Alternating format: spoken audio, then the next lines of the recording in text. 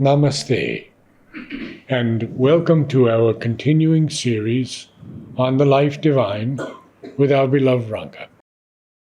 We are still in the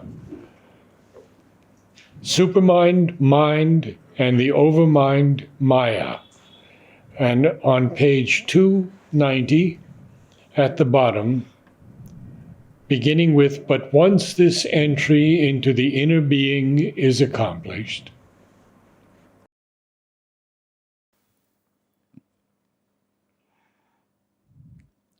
So before we read that para, a little reference so that we situate the para that we're going to read, we'll understand exactly what the context is.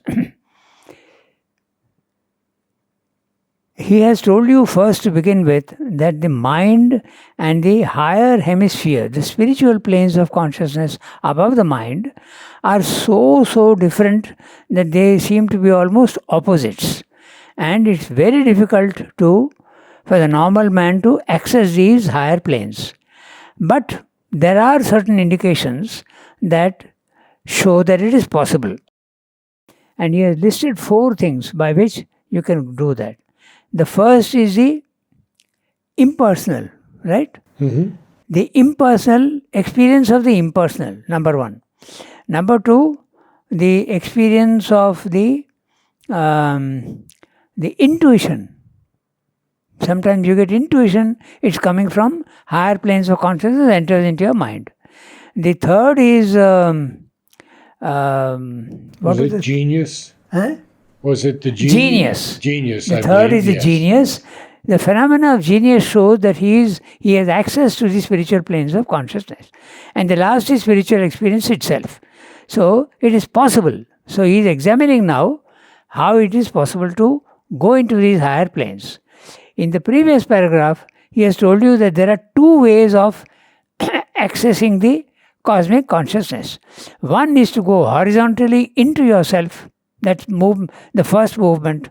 You go into your intraconscient, crossing the barriers of the body, the vital and the mind, and you go deep inside yourself. You have the cosmic consciousness, but it is horizontal. It's not vertical. Okay?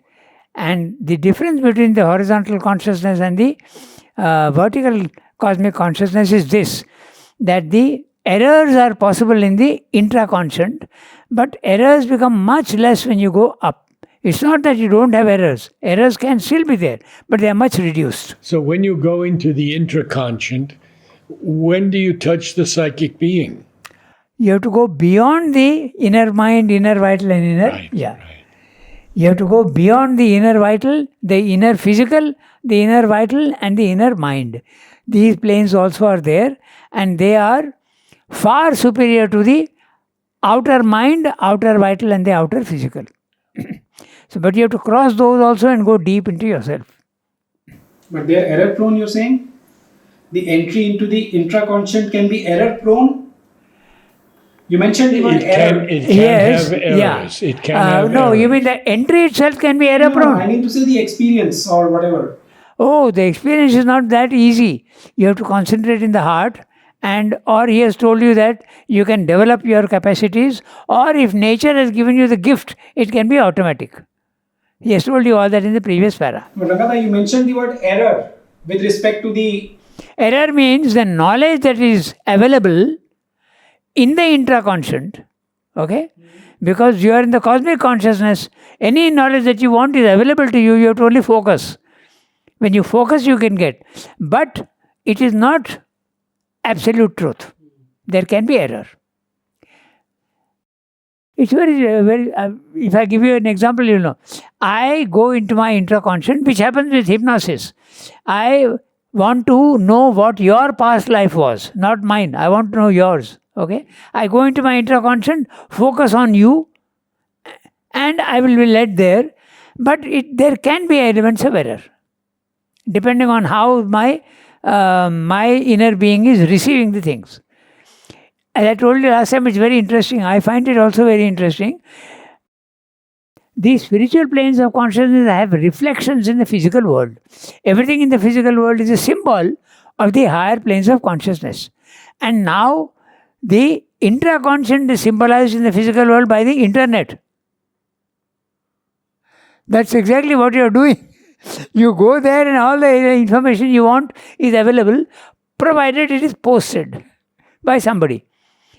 But in the intraconscious, automatically nature and evolution is posting everything that happens. That's the only difference. And where do the Akashic planes lie? Above. Above. Not inside here. Not inside. Yes. Usually they are above. And you said that from the top down, there is no error usually, or less error than going through the No, there can be error. There can be error. Yeah, also. even apart from intuition, there can be error. Error, or it depends on how you are receiving. And the very good example of that is Ramdo's correction of Savitri and other things. He is receiving on top, but when he is revising, the presence improves, he revises extensively. And so someone asked him, he said that, they asked him that, how is it you are correcting? It's supposed to have come from above. He said the correction also is coming from above. And he also said, as I rise to a higher and higher plane, that is there. it comes down. Yes, that is there. He used Savitri as a field of experiment. Every time he was rising to another plane, he rewrote Savitri. The first canto, at least. Yes, the first canto especially. 50 times he did that. 50. Really? And all the... I had heard all 16. No! 50. 50. Wow. And they are all there in the archives. My God. He was experimenting to see how the higher planes of consciousness will affect the physical world. What will be the result here? Okay, so in the previous para, he has discussed the entry into the inner being. Okay, we discussed that in quite detail last time. Now we are going to read the next para. And he has said quite a few things there. It is a very interesting discussion. So what I'll do, I'll just read out summary of what he has said previously so that the connection is very clear. Okay. There are two doors of entry into the secret superior grades of our consciousness. Two doors of entry. The first is the entry into the subliminal through the heart center. We have to break the wall that separates our inner being from the surface nature of body, life and mind. This can be done by a gradual effort, number one, or a sudden transition, number two, or yet again a forceful involuntary breakup. Without your wanting, you can go in. That also is possible. Okay? This has happened to people who were not necessarily yogas, yes, but they hit their head or something like yes, that, and they open. And then normally it disturbs their balance of psychological balance, and they are not normal after that. Very often it happens. But if there is a background and you have, and Srimdeva said also that you can train yourself for it. Okay? So then he says, in this subliminal being, we find a true mind, a true vital, and a true physical, which may be called the subtle physical. The true physical is the subtle physical. This inner being is much larger, much more powerful, and more open to a vast knowledge and force than our surface outer waking being. The intraconscient is in contact with the cosmic consciousness and the cosmic forces. It can not only receive but also manipulate effectively these forces, beings and objects in the cosmos. You can even manipulate objects and beings. So there is an experiment.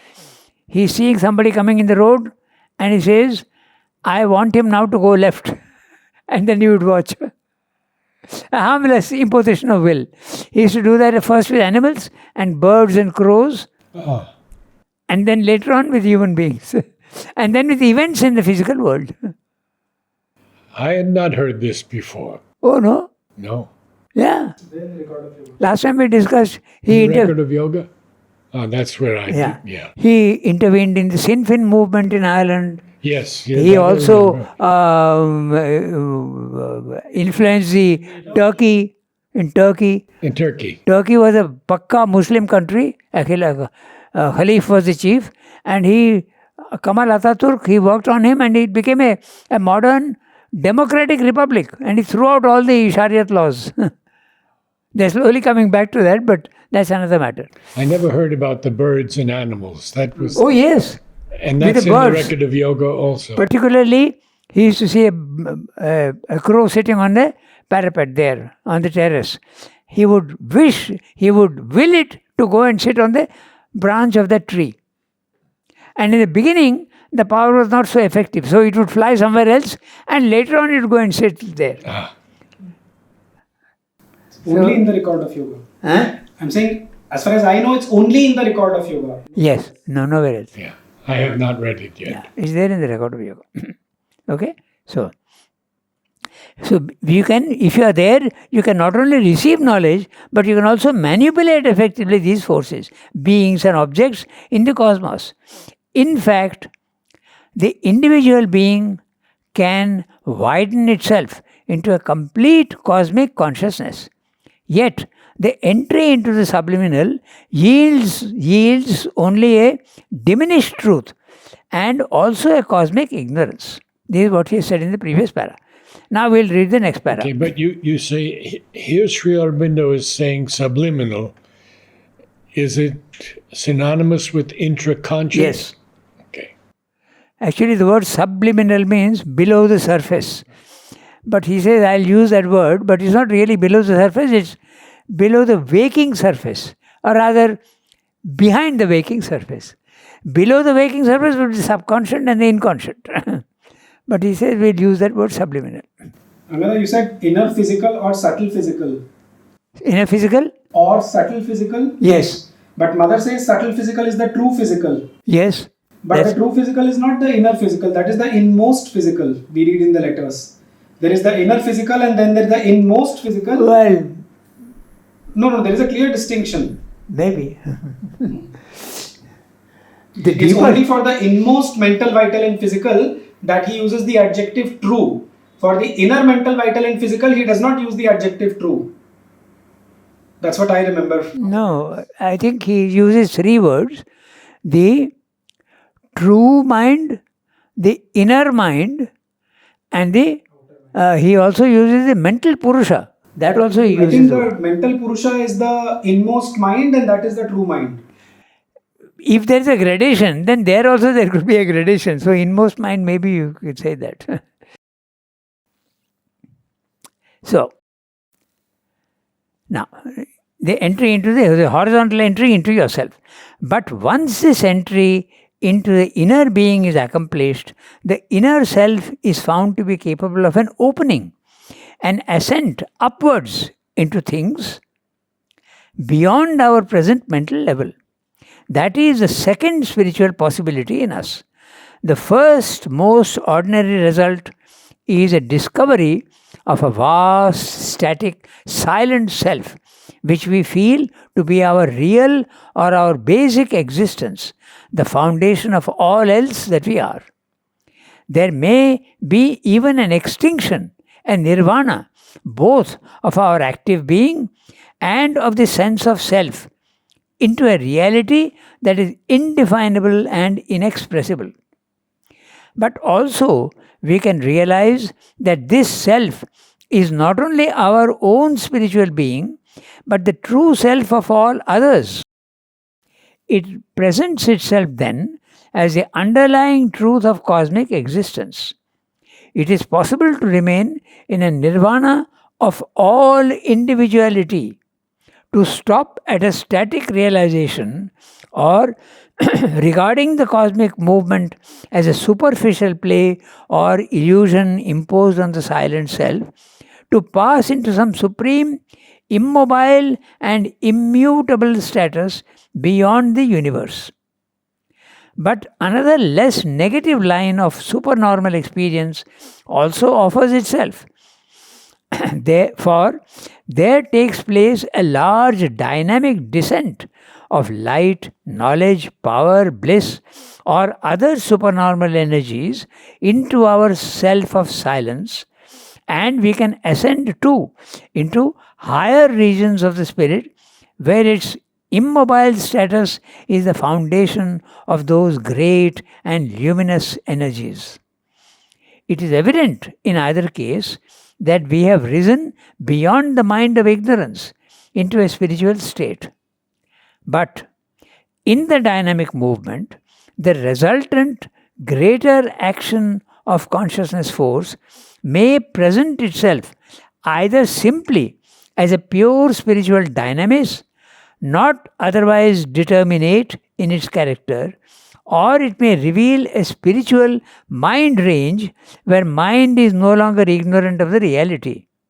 Not yet a supermind level, but deriving from the supermental truth consciousness and still luminous with something of its knowledge. That's the overmind. What he is talking about the last is the overmind.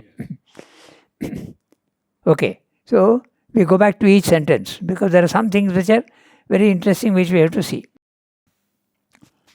But once this entry into the inner being is accomplished, the inner self is found to be capable of an opening, an ascent upwards into things beyond our present mental level. That is the second spiritual possibility in us. So what he's saying is, if we have to go directly up, it's somewhat difficult. But if you have gone into yourself, then there is a possibility it's easier to rise up. That's what he seems to be saying. Okay, so is capable of an opening, an ascent upwards into things beyond our present level consciousness. This ascent and descent, we must be clear. Who is ascending? The consciousness is ascending. The body-mind life remains where it is. Okay, we must be very, very clear on that.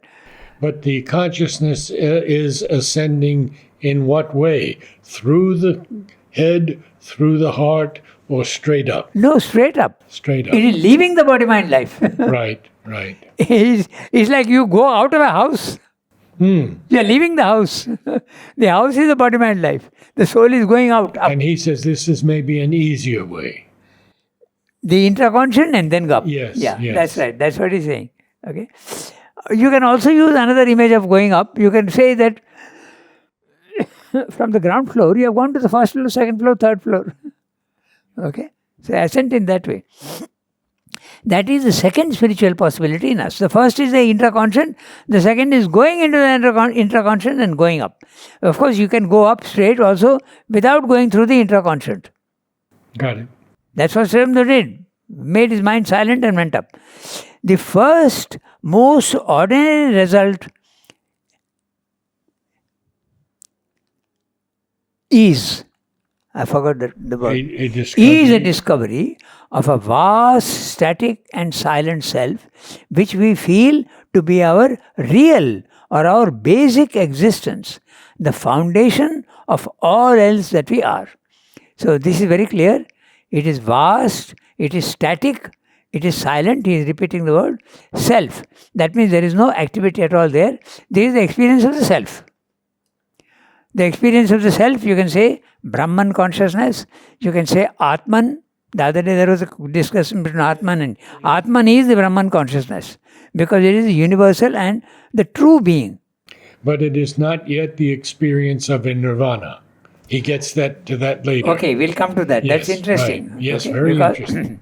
So nirvana, when they use in a slightly different way, and that distinction we can make. Even the first also is nirvana, because nirvana, the Sanskrit word nirvana, nirva is to blow out, like you blow out a candle. The reality of the world is blown out.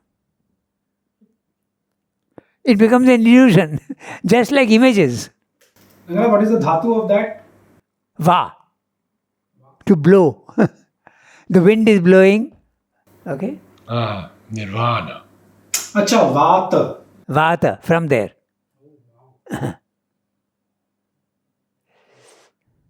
Okay, so that also is nirvana.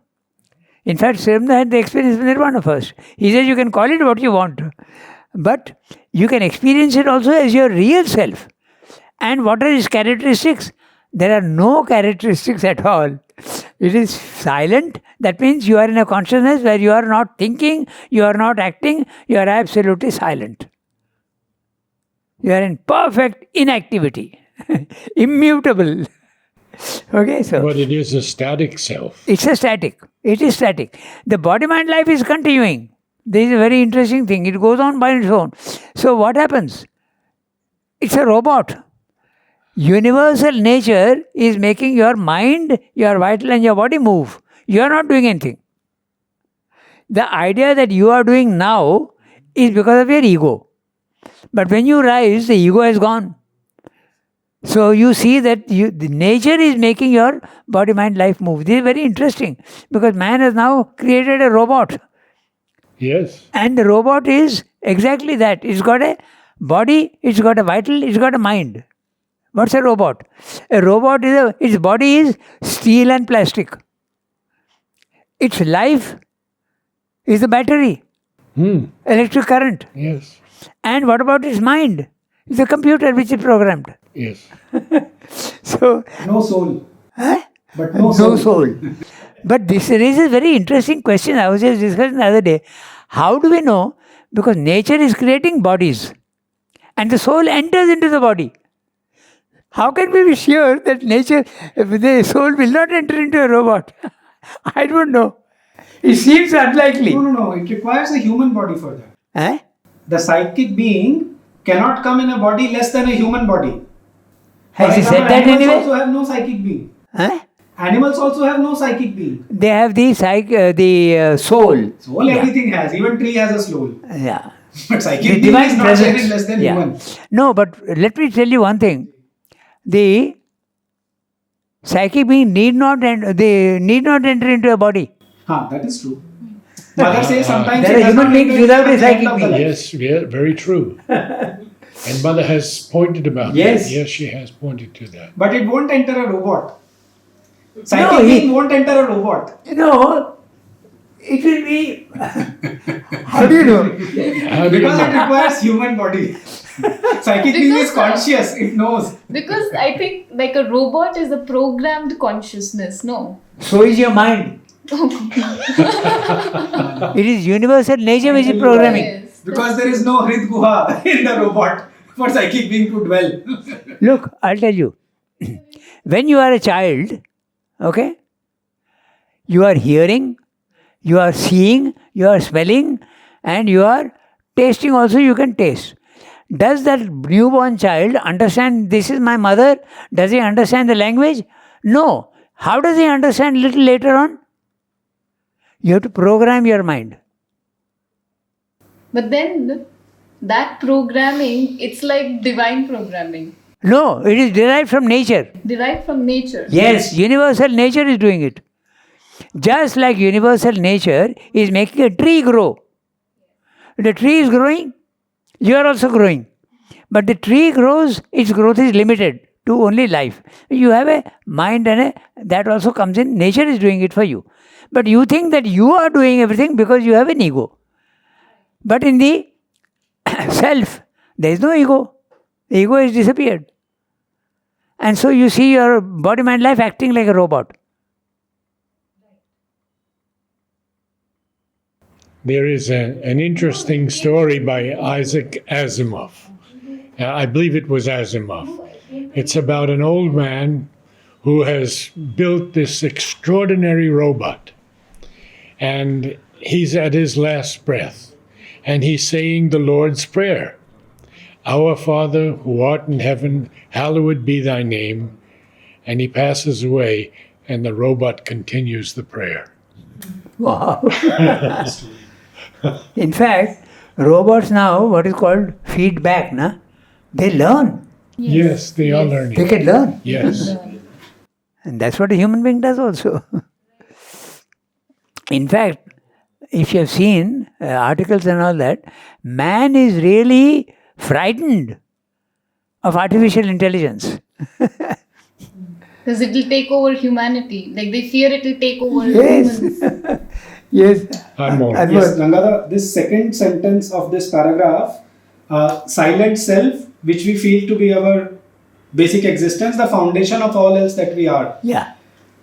Is this the same as what is called silent Brahman? Yes. Okay. But he's saying the foundation of all that we are. Yes. Right? But in the Gita 14, last verse of 14th chapter, I just remember it says, I, the Purushottama, am the foundation of the silent Brahman.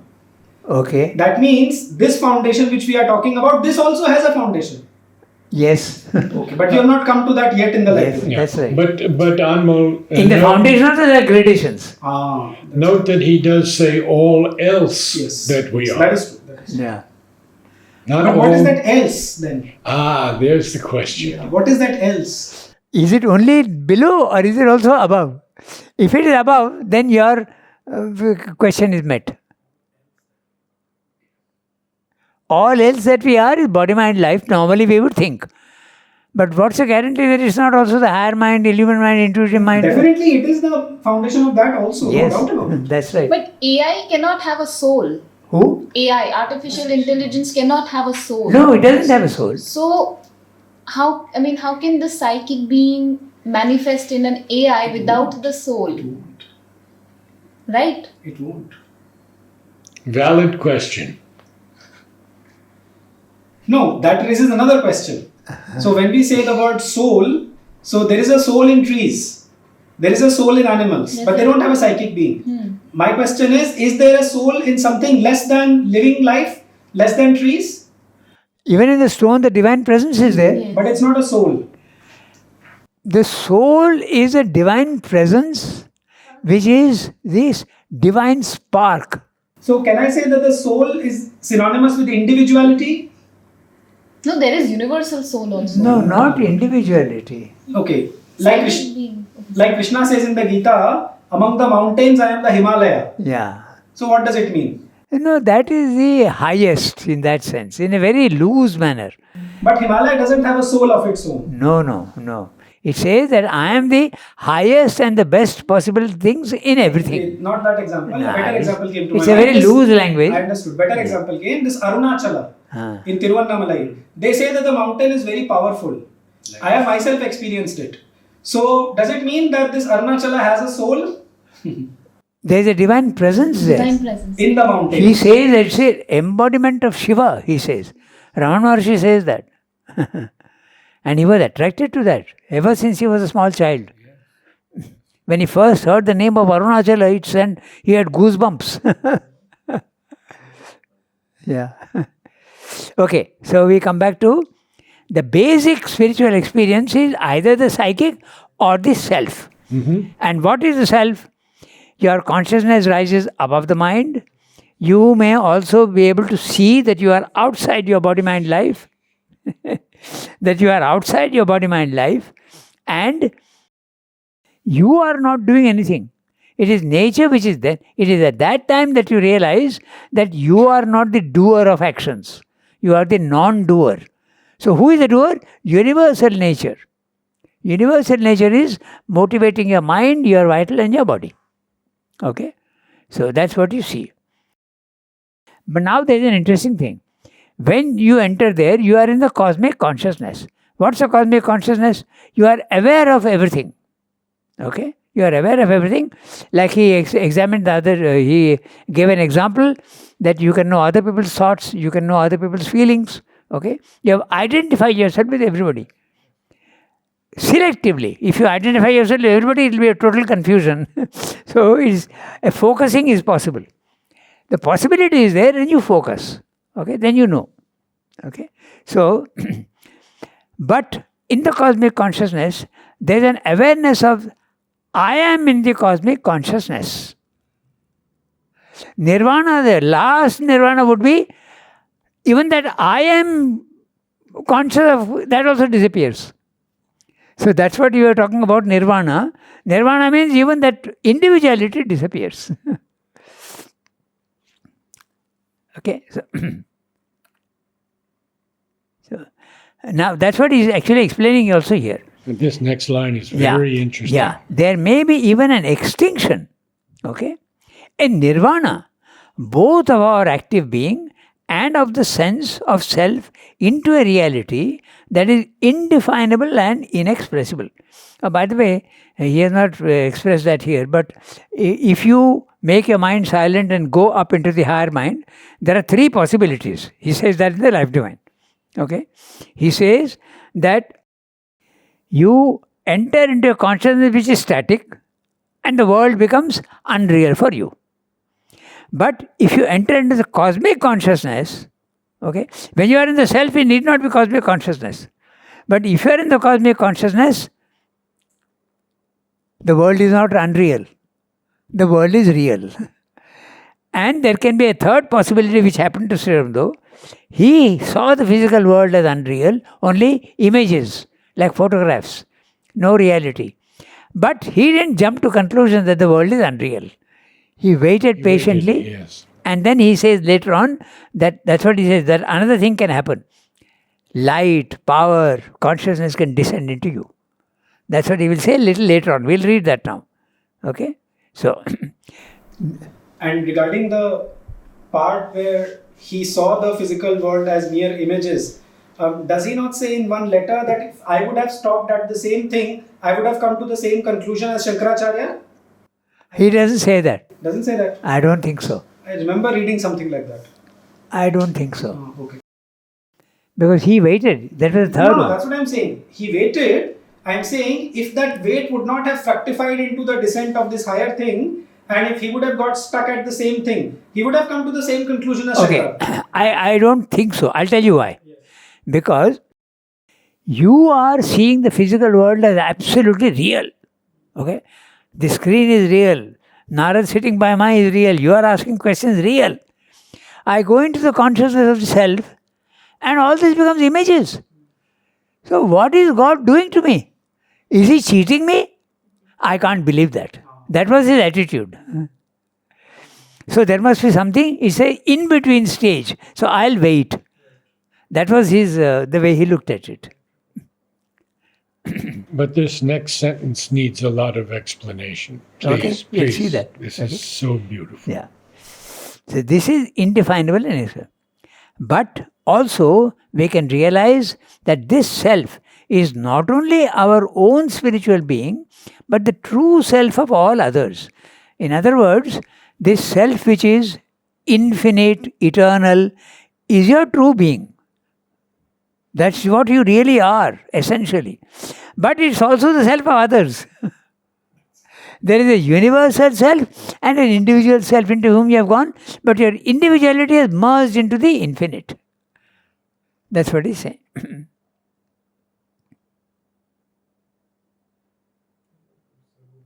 And when it merges into the infinite, it can also disappear. That's what the Buddhist aim and the Mayavada aim. But Sri Aurobindo says, don't lose your individuality. You need not extinguish your individuality. Become cosmic. Retain your individuality and even come down to the physical with that reality. That's his whole idea. Don't go to the extreme extinction. Realize the self, realize the true individual, and come down to the physical world. Like, I remember reading a correspondence where people were wanting to identify with Mother and Sri Aurobindo and become like them. But Sri Aurobindo points out, like, why become like us and not realize your own divinity Yes. in your own unique way? Yes, that is because the divine is not only one. That is an interesting thing we have to understand. All divine creatures will not be same. Otherwise, it will be a damn monotonous thing. So, there can be a great difference. Each one has got his own individuality and his own nature, which he calls Swadharma and Swabhava and Swadharma. Each one is different. Very clear. Look at Mother. She is into music and painting. And Sri Aurobindo also is divine. Tennis also. He is into literature. So, totally different. So, in fact, that also question is discussed in the last chapter, that it is not a monotonous oneness which has no distinctions. The divine life is, the supermind is oneness but full of multiplicity also.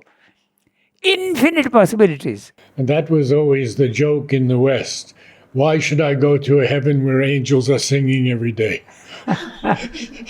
And everyone is in the same consciousness. It is not the same consciousness. No. Essentially, it is the same, but it manifests itself in different ways.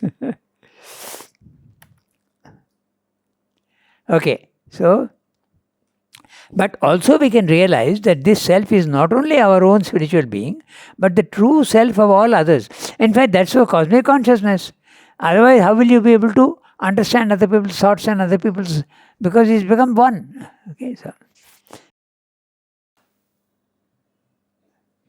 it presents itself then as the underlying truth of cosmic existence. Okay? When you go to the nirvana consciousness, the self, which you can call the Atman, you can call it the Brahman, okay? Then that is your true being. It is infinite and eternal, but featureless. And that which is featureless gives all the features in the physical world. That's why it's the underlying foundation. It's like the water behind the dam. The water behind the dam is the foundation of all the rivers that come out. So that's what he says. Then he's saying, the next one, it is possible to remain in a nirvana of all individuality. When he's using the word nirvana here means a rejection of, okay, a annulment of all individuality. To stop at a static realization or regarding the cosmic movement as a superficial play or illusion imposed on the silent self, to pass into some supreme, immobile and immutable status beyond the universe. You completely eliminate your individuality. That's what he's saying. Okay? Is that the one you were wanting? Explain the next one. It was the true self in all others. That's such an interesting line there. Your true self is the self of all others. It's the same and yet. It's like the waves in the sea. You are a wave in the sea,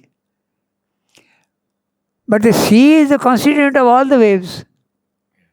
So when you are a wave, you are concentrating only on your own form and your own movement. But when you become conscious of the sea, you realize that all the other waves also are part of the sea. And Sri Aurobindo says not to change your sense of yourself. Yeah. You have to retain that. That's exactly what Nili was saying just now. Yes. Why do you want to be like me? Be like yourself. Yeah. Okay. So, it's clear, na? So, the spiritual being, the true self of all others. It is possible to remain in a nirvana of all individuality, to stop at a static realization or regarding the cosmic movement. The word regarding means looking at. Okay? It's like the French word. Not regarding means regarding this matter is not to be taken in that way. Yes. Regard means looking at, okay? Regarding the cosmic consciousness as a superficial play or illusion imposed on the silent self, to pass into some supreme, immobile and immutable status beyond the universe. Beyond the universe, transcendent. But another less negative line of supernormal experience also offers itself. That's why Sri Aurobindo says the experience of the self is somewhat negative. Negative means you have attained peace and calm and quiet. But what about Ananda and what about power? It is devoid of Ananda and power. So that he says positive. Knowledge also. In peace and calm and quiet, there may not be necessarily any knowledge. No light, no knowledge, I am saying. Yeah, it's a negation of all that you thought was real. That's all. So that he calls it a negative. So simply saying there can be a less negative line of supernormal experience also offers itself. For there takes place a large dynamic descent of light, knowledge, power, bliss or other supernormal energies into our self of silence. So that which was silent now receives and becomes full of all these things. It's an emptiness, but the emptiness is one of freedom. So you feel very satisfied. Okay? But it has to fill up with, there is no power and there may not be any ananda. There can be a little bit of Ananda. In Sri Aurobindo's case, there is no Ananda at all. No emotion, no Ananda. He says there is absolutely no emotion at all. Only a deep sense of freedom. Okay. But another less negative line of supernormal experience also offers itself, for there takes place a large dynamic descent. Now note the word dynamic. In other words, it can change your mental thinking, it can change your vital emotions, it can change also your body. Dynamic. It's not passive. Dynamic energy into our self of silence. And we can ascend into higher regions of the spirit, where its immobile status is the foundation of those great and luminous energies. So, it's like the higher mind, illumined mind, intuitive mind, overmind are the second floor, third floor, fourth floor, fifth floor, or whatever you want. So, you can go there. And the view will be different, the air will be purer, everything will be different. So that's what he's saying. So there is an ascent and a descent. If you had to make a comment, you would say that Savitri was from the overmind, mostly? Minimum standard was the overmind. Wow. Earlier it was not like that. Earlier it was higher mind, illumined mind. Yes. But he fixed the overmind as a minimum. That's why he took up Savitri towards after his 1926. And Life Divine? Life Divine also he revised. In 1940s, he revised Life Divine. He didn't revise Synthesis. You would say overmind in Life Divine also? See, these are very difficult for us to say. How can we say all these things? Regarding Savitri, he said, I have tried to over-mentalize it thoroughly. Yes. I have tried to give it overall an over-mental tone. Yes. Something like that, he said. Yes. But certainly there have been touches of the supermind also. There. Ah. Certainly. Ranganath, I have a doubt. When we say all this regarding speech, overmental and supramental, now supramental by definition is oneness, right? And speech by definition means cutting up your, simultaneously. So how can you have supramental speech? It sounds like an oxymoron. You cannot. You understand what I mean? Supramental is not only oneness. It is the one and the many. It's many with its basis as oneness. Triple status. Yes. Don't forget the triple status. The triple status of the supermind is there is in the first status only oneness. The sea is absolutely calm. No waves at all. In the second one, the waves are forming. The many are appearing. But each of the many, if you are experiencing that second status, you will realize that you are part of the sea. My individuality is less important than the sea. I am the sea, but I am beginning to individualize myself into a wave. The third status of our mind, the wave is more important than the sea. And in the overmind, the wave has almost forgotten that it is part of the sea. At least the identification disappears. So you're saying that one of those waves can be the speech.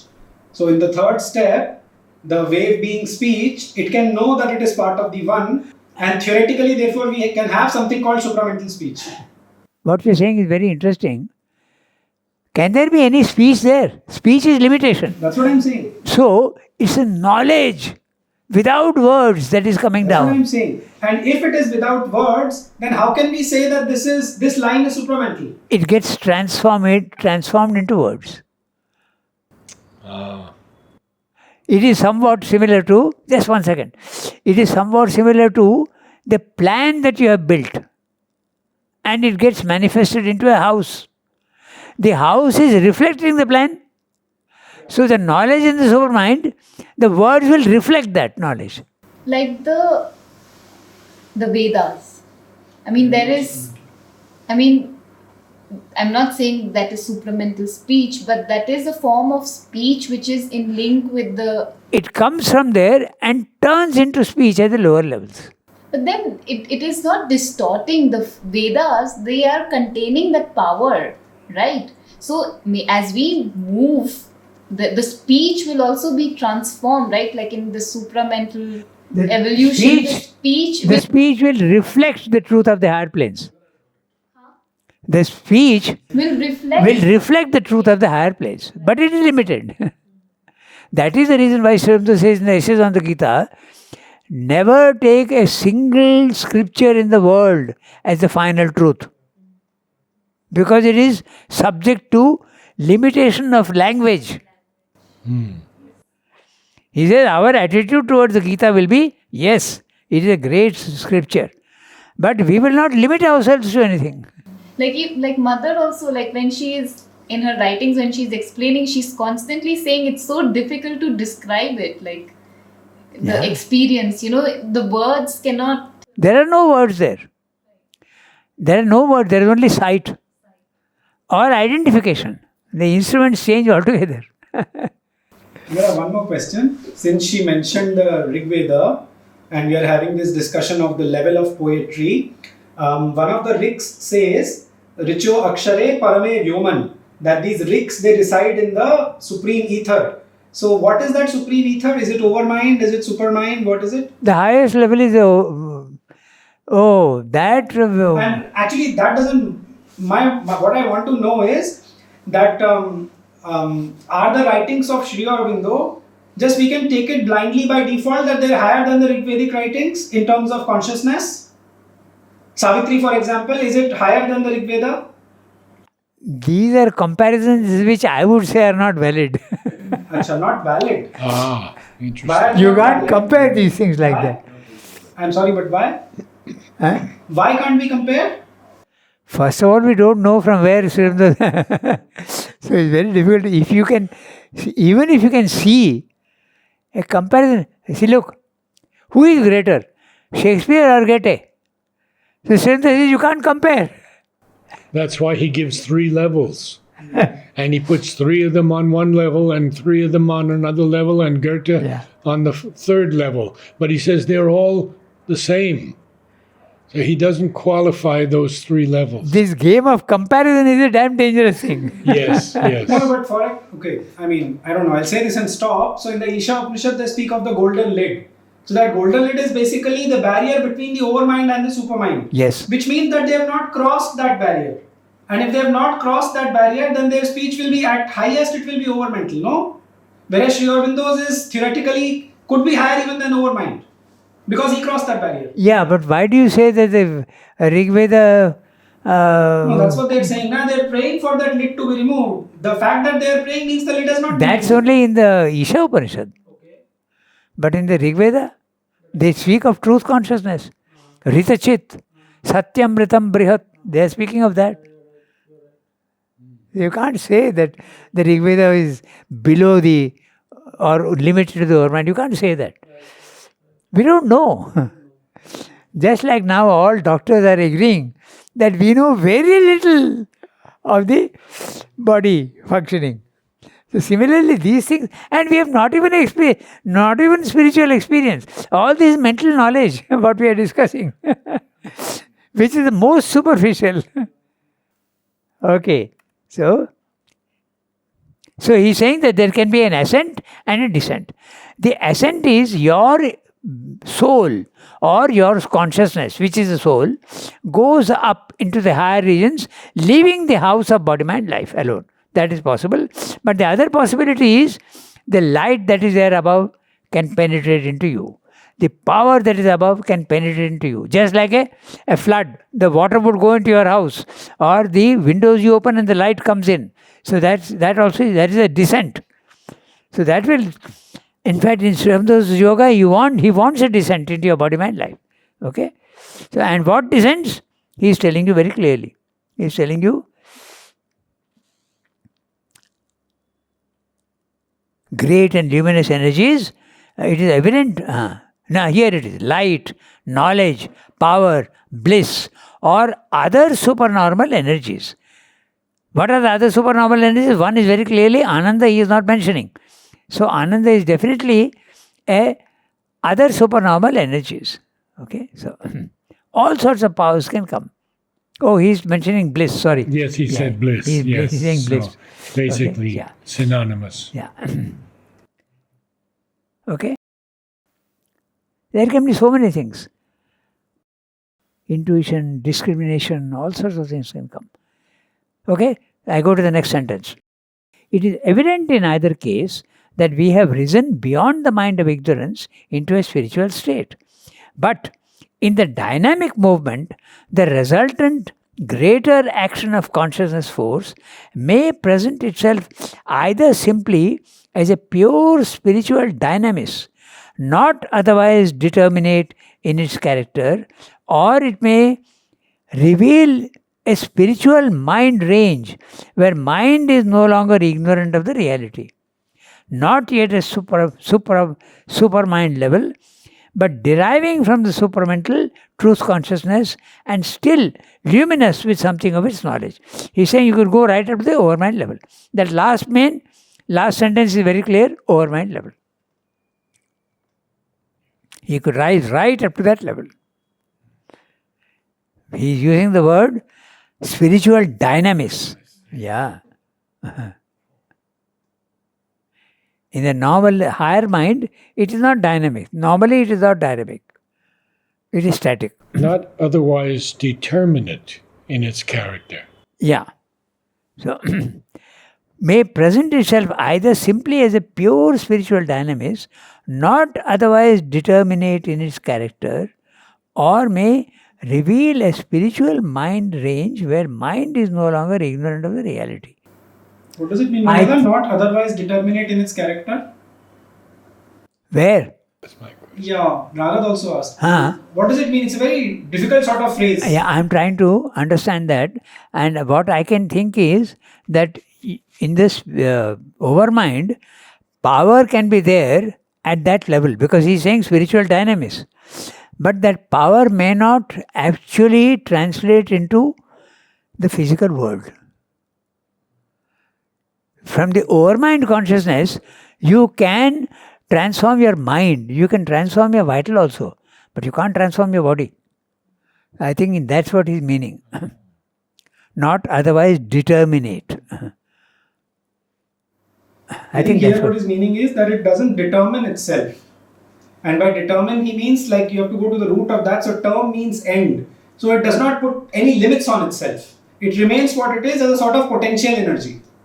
That's what I feel. Not otherwise determinate in its character. General power is there. He says it's possible to go right up to the overmind where you get a spiritual dynamism, but it may not translate into, at the physical level it may not translate fully. Of course you have a lot of power when you go to even in the higher mind you can have power. But mild powers. In fact, we have the Ashtasiddhis. All normal yogis, they attend the Ashtasiddhis. The Anima, Garima, Lagima, Mahima, Prakamyam, Aishwaryam. Question? Initially, you said there are chances of error in horizontal process. I didn't follow. He's saying in the intra-conscient movement, Yeah. you said there is chance of error. Yes. So he wants to understand that. Oh, the knowledge that you get may not be full. It can be part knowledge. Like all scientific knowledge is part true only, it's not fully true. But what are the chances of error? Error means you can make a mistake of judgment also. That was supermind, everything is error proof. But then that happens at the horizontal plane also, right? Error can happen. You are saying vertical and saying horizontal. So what do you mean? vertical plane. Vertical. Yes, but much less. This is the error. Right. I always get Pardon? Shankara and Buddha, no, on Wednesday. On Wednesday only.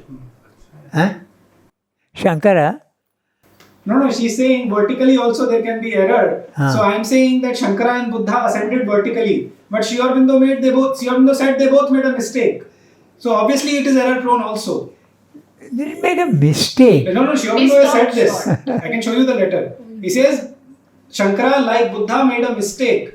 In shooting straight to this, the normal course of evolution would be this. Well, mistake in the sense that he could have done something else. Ranganath, there is no a sense there. It is very clear. He says they made a mistake. Ranganath, please tell. What is meant by mistake? Exact. And What is meant by mistake? He has. Please The tell. mistake is they were overleaping the normal stages of evolution and shooting straight to the absolute. He said the next normal step would have been the supermind. Yeah. Krishna was leading by the normal course of the evolution. Krishna opened overmind. The next thing to have been done would have been to open the supermind. That's what he means. It's okay, but suppose they don't want to do. They want to go to the super. Where is the mistake?